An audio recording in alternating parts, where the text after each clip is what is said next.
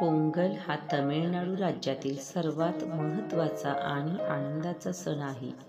हा सण जानेवारी महिन्यात सहसा 14 किंवा 15 तारखेला साजरा होतो.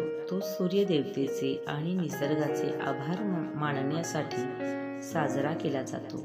पोंगल हा 4 दिवसांचा सण आहे. भोगी पोंगल, सूर्य पोंगल, मट्टू पोंगल आणि कानुम पोंगल.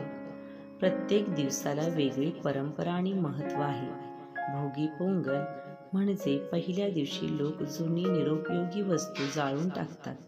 याचा अर्थ जुनं टाकून नवीन वर्ष चांगलं सुरू करणे. घराची स्वच्छता आणि सजावट केली जाते. सूर्यपोंगल म्हणजे दुसऱ्या दिवशी सूर्यदेवतेची पूजा केली जाते. याच दिवशी पोंगल हा खास गोड पदार्थ शिजवला जातो. पोंगल हा पदार्थ तांदूळ, गूळ, दूध, वेलची आणि तूप घालून मातीच्या भांड्यात उकळवला जातो.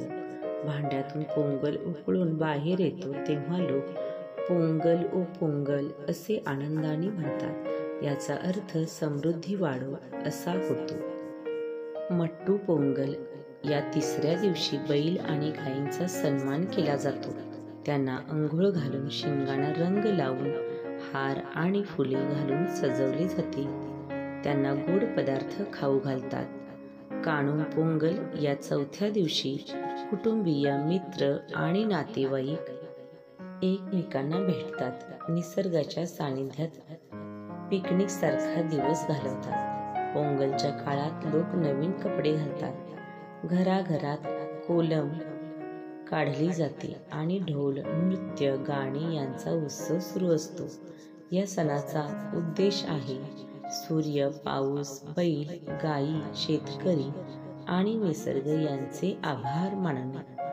पोंगल हा फक्त तमिळनाडूतच नाही तर श्रीलंका, मलेशिया, सिंगापूर अशा ठिकाणी राहणारे तमिळ लोकही साजरा करतात. तो आपल्या मेहनतीचे फळ, निसर्गाशी मैत्री आणि एकत्रित आनंद याचा सुरेख संदेश देतो.